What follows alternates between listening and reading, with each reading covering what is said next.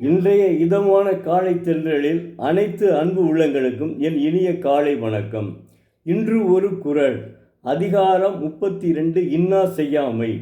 சிறப்பு ஈனும் செல்வம் பெறினும் பிறர்க்கு இன்னா செய்யாமை மாசற்றார்கோள்.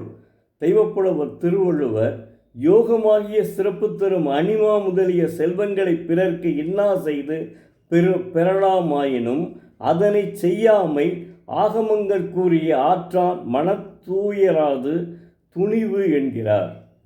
அதாவது சமுதாய சிறப்புகளை அளிக்க வல்ல செல்வத்தை பெறுவதானாலும் மற்றவர்களுக்கு துன்பம் செய்யாமைதான் குற்றமற்றவர் கொள்கையாகும். பொருளை சேர்த்துவிட்டால் சமுதாயம் நம்மளை பாராட்டும். ஆனால் அந்த பொருள் துன்பம் செய்யாமல் சேர்க்க வேண்டும். துன்பம் செய்து அந்த பொருளை சேர்த்து அதனால் சமுதாயம் பாராட்ட வேண்டும் என்ற எண்ணத்தில் நீங்கள் பொருளை ஈட்டக்கூடாது என்று தெய்வப்புலவர் அவருடைய கொள்கையாகும். அப்போ நாம் உழைத்து வாழ வேண்டும். உழைத்து செல்வத்தை ஈட்டினால் அது நமக்கு நல்லது.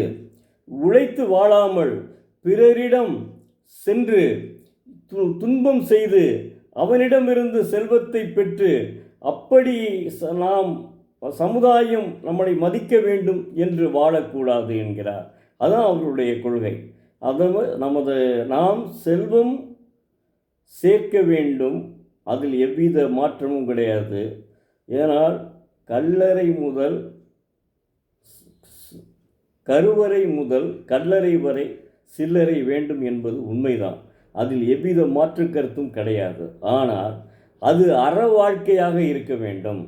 அதாவது செல்வம் ஈட்டுவது இன்பமூட்ட வேண்டும். அடுத்து அற வாழ்க்கையோடு பயன்படுத்த வேண்டும், அற வாழ்க்கைக்கு பயன்படுத்த வேண்டும். அடுத்து சமுதாய மதிப்பையும் பெற வேண்டும். இப்படி இருந்தால்தான் நாம் செல்வம் ஈட்ட வேண்டுமே ஒழிய அதற்கு மாறாக செல்வம் ஈட்டக்கூடாது.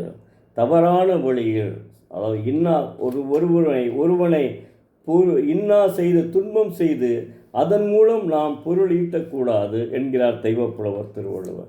இன்னா செய்யாமை, துன்பம் செய்யாமை. நன்றி. நாளை மீண்டும் மாணவ செல்வங்கள், தயவு செய்து இந்த அதிகாரத்தை நன்றாக நீங்கள் புரிந்து கொண்டு அதன்படி நடக்க வேண்டும். இதில் இருந்து எல்லாமே வருது. அடுத்தவனை துன்பம் செய்து அவனிடமிருந்து பணம் பறிக்கக்கூடாதுன்னு சொல்கிறாங்க. எவ்வளோ அற்புதமான குறள். அதனால் இந்த அதிகாரத்தை தாங்கள் நன்றாக படிக்க வேண்டும். படித்து வாழ்க்கையில் முன்னேற்றம் அடைய வேண்டும். நன்றி, வணக்கம். நாளை மீண்டும் ஒரு குறள் உங்களை சந்திக்கும். எழுத்தாளர் பரமசிவம், மதுரை.